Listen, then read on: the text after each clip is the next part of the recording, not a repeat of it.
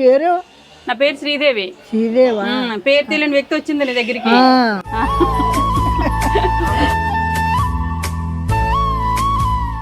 మరి సంతోషమేనా నీకు 20,000 ఇచ్చినందుకు? ఎంతో కాంత మరి ఏం చేస్తాం. పోనీ సంతోషం లేకపోతే ఇచ్చేలే అయితే. వచ్చా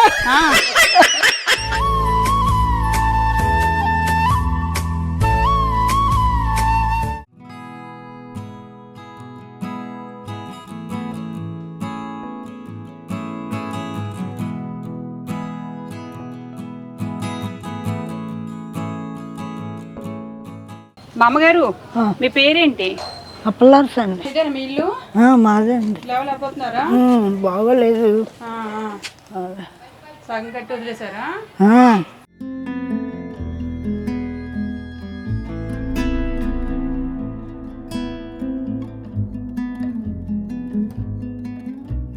చాలా లేనట్టుంది ఇల్లు ఆపేసి. ఇప్పుడు 4 నెలలు 5 నెలలు అయ్యారు. 4 సంవత్సరాల టీడీపీ గవర్నమెంట్ ఉండేటప్పుడు కాలనీ ఇచ్చారు.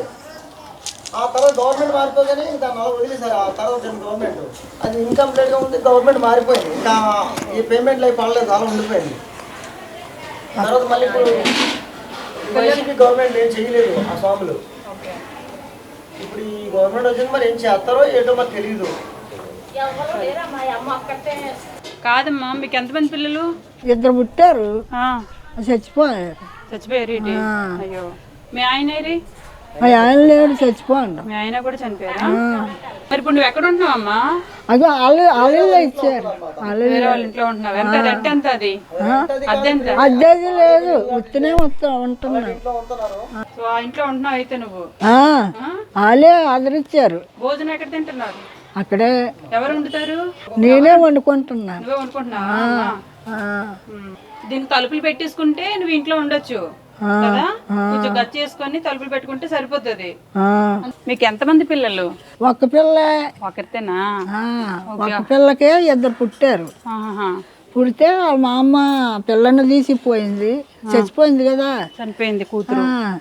ఓకే. ఆ మనోడేమో మా అమ్మకాడు ఉన్నాడు. అవునా? మీ పాపకి ఏమొచ్చిందమ్మా? హెల్త్ కావిర్లు అయిపోయినాయి. కావిర్లు వచ్చాయా? కానుకోలేకపోయామ్మా. అయ్యో, కానుకోలేక చచ్చిపోయింది. అప్పల్లర్సమ్మ కదా మీ పేరు? అప్పలార్సమ్మ. అప్పల్లర్సమ్మ అమ్మ అయితే ఇల్లు చూసారు కదా ఒకసారి. 2 రూమ్లు ఉన్నాయి, చిన్న గదులు. ఇది నాకు తెలిసి ఈ ప్రభుత్వం కాకుండా ముందు వైసీపీ ప్రభుత్వం కాకుండా అంతకుముందు చంద్రన్న ప్రభుత్వంలో ఉండేటప్పుడు ఈవిడికి గవర్నమెంట్ శాంక్షన్ చేసిన ఇల్లు అనమాట. సో సగం వరకు వీళ్ళు డబ్బులు ఉన్నంత వరకు కొంచెం ఏదో ఒప్పుకున్నంత వరకు అట్లా వేశారు. ఈలోగా గవర్నమెంట్ మారిపోయింది, వైసీపీ వచ్చింది.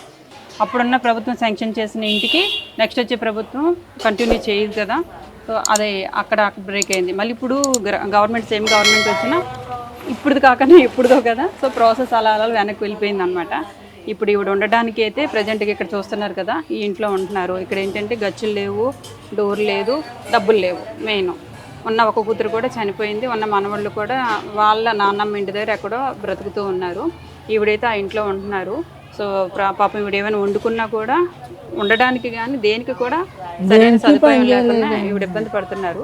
సో కొంచెం ఏదైనా మనం కొంచెం అట్లీస్ట్ డోర్కో కింద గడుచుకో కింద పడుకోవడానికో మంచం వేసుకొని పడుకోవడానికన్నా మినిమం నీడ్స్ మనకు కొంచెం మనీ ప్లాస్టింగ్లు అవన్నీ పెద్ద బడ్జెట్ పెట్టి ఈవిడికి ఎక్కువ బడ్జెట్ నేను పెట్టాలని ఏం లేదు, కానీ కనీసం అవసరాలు తీర్చడానికంటే కుక్కలు వెళ్ళకున్నా తను వండుకునేది తను తినేటట్టు చిన్న డోర్కి కింద గచ్చుకి మాత్రం నేను కొంచెం హెల్ప్ చేద్దాం అనుకుంటున్నాను. సో ఫస్ట్ అంతకంటే ముందైతే మా అమ్మకి తినడానికి మనం రేషన్ ఇద్దాము. రండి, తీసుకురండి.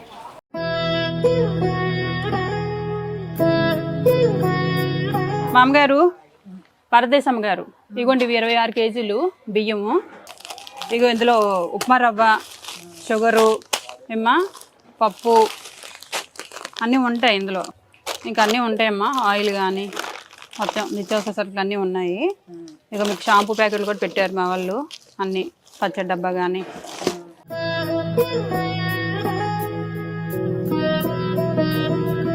ఇవన్నీ మీకే వంట చేసుకోండి. ప్రజెంట్ ఉన్న ఇంట్లోకి అయితే పట్టుకొని వెళ్ళిపోండి. ఇగో తల్లి చీర కట్టుకోండి.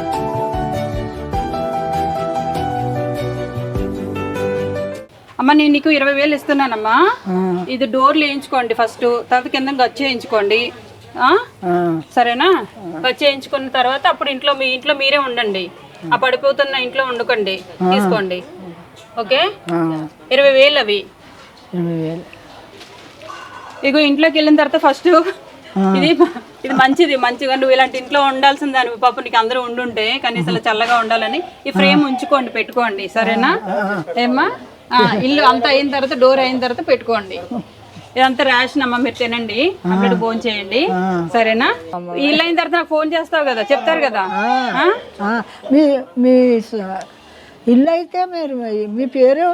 నా పేరు శ్రీదేవి. శ్రీదేవా? పేరు తెలియని వ్యక్తి వచ్చింది నీ దగ్గరికి, వచ్చి మీకు సాయం చేసి వెళ్ళిపోతున్నారు. ఏం పేరు? నా పేరు శ్రీదేవి అన్నావు. మరి సంతోషమేనా నీకు 20,000 ఇచ్చినందుకు? ఎంతో కొంత మరి ఏం చేస్తాం. పోనీ సంతోషం లేకపోతే ఇచ్చేలే అయితే. మరి ఎంతో కొంత అంటున్నావు మరి. అదేనండి. అలా కాదు అప్పలక్ష్మి, నువ్వు వచ్చేదో నాకు చేస్తున్నా అమ్మా, నీకు చేసింది నువ్వు చేసేవు, నాకు ఎలా సంతోషంగా ఉందని చెప్పాలి. అలాంటి వాళ్ళు వచ్చినప్పుడు ఎంతో కొంత సంతోషం అంటే నాకు ఇచ్చినందుకు నాకు సంతోషం అని చెప్పి స్వామి చెప్తే అంతే కదా మాట. ఏదైనా ఈ రోజుల్లో అంతే కదా, దానికి పిల్లలే చూడలేదు ఈ రోజుల్లోనూ. అంతే కదా మా స్వామి. బాగా చెప్పారు. మీ పేరేంటి? నా పేరు నాగ, ఆయన మా వారే. మీ వారా? మీ వారా? సరే మరి చూసుకోండి అయితే. అవునంట. అవును. అదేలేండి, ఫోన్లేండి, పుణ్యమంతా ఆయనకి వెళ్ళండి. చూసిన వాళ్ళు ఎవరికైనా ఇలాగ ఒంటరిగా ఉన్న వాళ్ళు ఎవరు చూసినా కూడా పుణ్యమే కదమ్మా. నువ్వు కూడా ఇంత మాట సాయం చేస్తున్నావు అంటే నీకు మంచి మనసు ఉంది కాబట్టి చూడగలుగుతాను. ఈ రోజుల్లోనూ అదే వచ్చావు ఇచ్చావమ్మా, నాకు చాలా సంతోషంగా ఉందని ఒక మాట చెప్తే చాలు. నువ్వు ఏదో ఇచ్చావమ్మా అంటే అయితే నీకు వద్దుపోతే ఇచ్చేయమ్మా అంటుంది ఈ మాట. మరి అంతే కదా, ఎవరైనా వచ్చి చేసినందుకే సంతోషం. బాధపడుతున్నాడు తమ్ముడు గారు ఇంట్లోనూ అన్ని వచ్చినాడు ఆ ఇల్లు ఉండమని.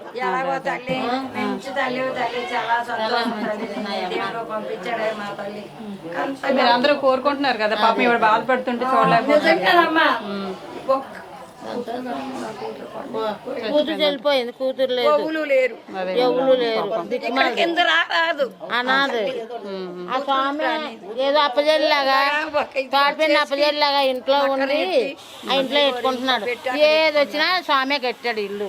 బాధలు పడి ఇక్కడ దాకా బాధపడ్డాడు, అక్కడి నుంచి బాధపడినా రూపాయలు. అవును, డబ్బులు ఉండొద్దా ఆయన మాత్రం పాపం. స్వామి అన్ని చూసుకుంటున్నాడు. మా అమ్మ, మీలాంటి మా అమ్మల్ని చాలా మందికి నేను ఆశ్రయం కల్పిద్దామని అనుకుంటున్నాను. ఏదో చిన్న ఆశ్రమం పెట్టాలని అనుకుంటున్నాను. ఫస్ట్ మీలాంటి వాళ్ళకి చిన్నగా షెల్టర్ ఇచ్చాను అనుకో, దేవుడు నాకు కూడా ఏదో సాయం చేస్తాడు కదా, ఆశ్రమం కట్టాలని అనుకుంటున్నాను. సో ఫస్ట్ మీరందరూ తృప్తిగా ఉన్నారనుకో, ఏదో ఒక రోజు పలానా అమ్మాయి వచ్చిందని ఏదో ఒక మాట అంటారు కదా, అదే నాకు బ్లెస్సింగ్ అవుతుంది. ఆ బ్లెస్సింగ్ తోటే నా కోసం కాకపోయినా మీలాంటి వాళ్ళ కోసం 10 మందిని నా పక్కన పెట్టుకొని, నేను ఒంటరిగా దాన్ని కాదు, నాకు 10 మంది ఉన్నారు తోడు అని ఆశ్రమంలో గర్వంగా ఉందామని చిన్న ఆశ్రమం కట్టాలనుకుంటున్నాను. మీరు అందరూ దీవించండి,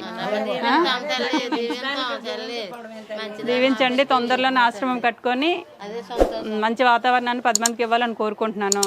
సరేనా? మీరు ఆ ఇంట్లోకి వెళ్ళి సంతోషంగా ఉండండి ఉన్నంత వరకు కూడా. సరే, నేను వెళ్ళొస్తాను.